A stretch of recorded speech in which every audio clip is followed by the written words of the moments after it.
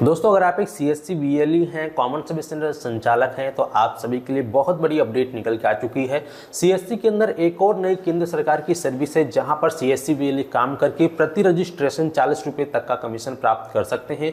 आप में से अधिकतर बीएलई ऐसे हैं जिनको इस सर्विस के बारे में पता ही नहीं है, और जिन बीएलई को इस सर्विस के बारे में पता है उनको यूज करना आता ही नहीं है।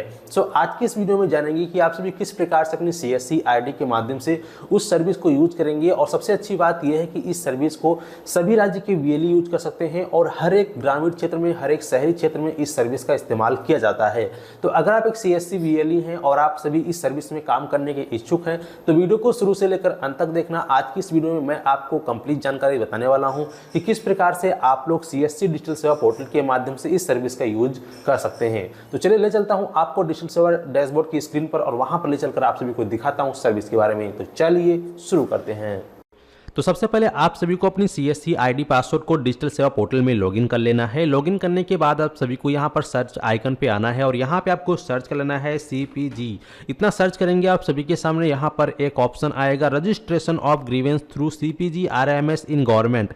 ये दोस्तों गवर्नमेंट की सर्विस है जो कि केंद्र सरकार के द्वारा संचालित की जाती है। तो काफ़ी अच्छी सर्विस है। तो आपको बस इसी वाले ऑप्शन पर क्लिक कर देना है। जैसे ही आप इस ऑप्शन पर क्लिक कर देते हैं, इस ऑप्शन पर क्लिक करने के बाद ये सीधा आपको रिडायरेक्ट कर देगा गवर्नमेंट की ऑफिशियल साइट पे। यहां पे आ जाओगे। इसके बाद आपको अपनी सीएससी आईडी से लॉगिन करने के लिए स्क्रॉल करते हुए नीचे आना है।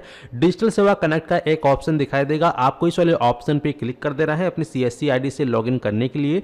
तो जैसे ही आप इस ऑप्शन पे क्लिक करेंगे तो फिर आप सभी अपनी सीएससी आईडी के माध्यम से इसके अंदर लॉगिन हो जाएंगे। या अगर आपका सीएससी का आईडी और पासवर्ड आपके ब्राउजर में सेव नहीं होगा तो ये आपसे आपका सीएससी आईडी और पासवर्ड पूछेगा, तो आपको वो टाइप कर देना है। जैसे आप टाइप करते हैं तो इस प्रकार से आप सभी जो है अपनी आईडी और पासवर्ड से सीएससी आईडी पासवर्ड से इसके अंदर लॉगिन हो जाएंगे।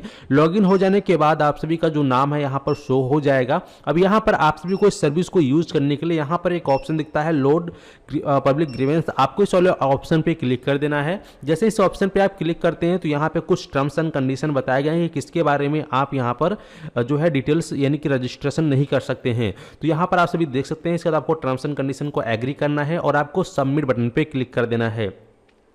जैसे ही आप सबमिट बटन पे क्लिक करेंगे आप सभी के सामने इस प्रकार से आ जाएगा कई सारे डिपार्टमेंट्स। तो यहाँ पर अब आप सभी काम कैसे कर सकते हैं। अगर आप रूरल क्षेत्र के बीएलई हैं या फिर शहरी क्षेत्र के बीएलई हैं, तो हर जगह जो है प्रॉब्लम ही प्रॉब्लम होती है। किसी को पीएम किसान की समस्या है, तो किसी को बैंक से कोई समस्या है, तो किसी का पैन कार्ड से रिलेटेड कोई समस्या है, किसी का किसी हॉस्पिटल से समस्या है, तो किसी का लेबर एम्प्लॉयमेंट डिपार्टमेंट से समस्या है। तो उन समस्याओं को आप सभी जो है सुलझा सकते हैं अपनी सीएससी आईडी के माध्यम से। तो फॉर एग्जाम्पल जैसे कि मान लो अगर किसी व्यक्ति को जो कि पीएम किसान सम्मान निधि योजना का लाभार्थी है और उसको जो है किस्त नहीं मिली थी और उसका अकाउंट स्टेटस सब कुछ सही है, उसके बावजूद अगर उसको किस्त नहीं मिल पा रही है, या फिर उसका अकाउंट स्टेटस जो है केवाईसी कंप्लीट करने के बावजूद भी कुछ प्रॉब्लम आ रहा है, या फिर लैंड सीडिंग यस या नो नहीं हो पा रहा है, तो उसमें उसका किस प्रकार से आप लोग हेल्प करेंगे ताकि उसको जो है पीएम किसान सम्मान निधि योजना का जो किस्त है प्रॉपर तरीके से मिलना चालू हो जाए। तो इसके लिए आप सभी जो इस प्रकार से आएंगे स्क्रॉल करते हुए नीचे, यहाँ पर आप सभी को कई सारे डिपार्टमेंट देखने को मिलेगा। तो आपका जो भी रिलेटेड डिपार्टमेंट है आप यहाँ पे चूज कर सकते हैं।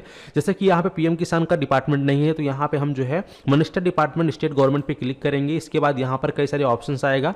तो यहाँ पे आप देख पाएंगे जो पीएम किसान सम्मान निधि योजना जो है वो आपका एग्रीकल्चर एंड फार्मर वेलफेयर के अंतर्गत आता है। तो आपको इस वाले ऑप्शन पे क्लिक कर देना है।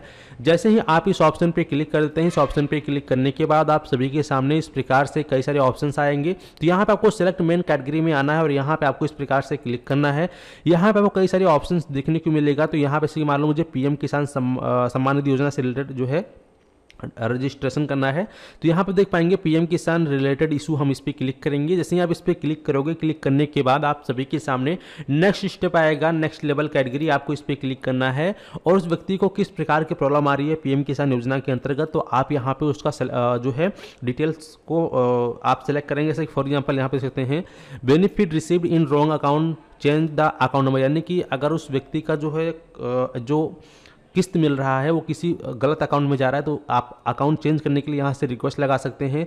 या फिर यहाँ पर जो है बैंक अकाउंट से रिलेटेड कोई प्रॉब्लम है तो ये अपडेट के लिए यहाँ पर आप रिक्वेस्ट लगा सकते हैं।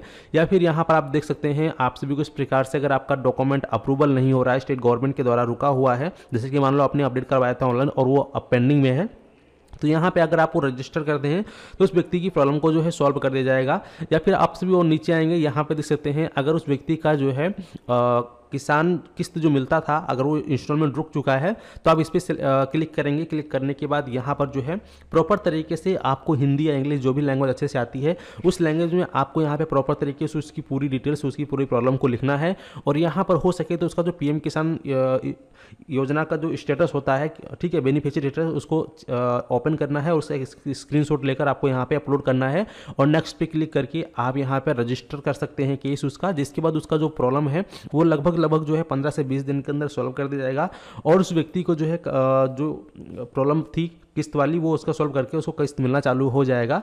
और इस पर जो कमीशन है आपको सीएससी के माध्यम से भी मिलेगा, प्लस आप कस्टमर से भी ले सकते हैं, वो आपकी इच्छा है, ठीक है। तो इस प्रकार से आप लोग काम करके काफ़ी अच्छी इनकम को जनरेट कर सकते हैं। साथ ही साथ आप यहाँ पर और भी सर्विसेज में जो है काम कर सकते हैं। जैसे कि मैंने आपको स्टार्टिंग में बताया ही, लोड पब्लिक ग्रीवेंस पे आप क्लिक करेंगे तो आपको कई सारे डिपार्टमेंट देखने को मिलता है। जिस भी डिपार्टमेंट से जो व्यक्ति आया हुआ है, जो पीड़ित है, उसकी आप यहाँ से हेल्प कर सकते हैं और प्रति रजिस्ट्रेशन यहाँ पे आपको 40 से 50 रुपये तक कमीशन मिलेगा।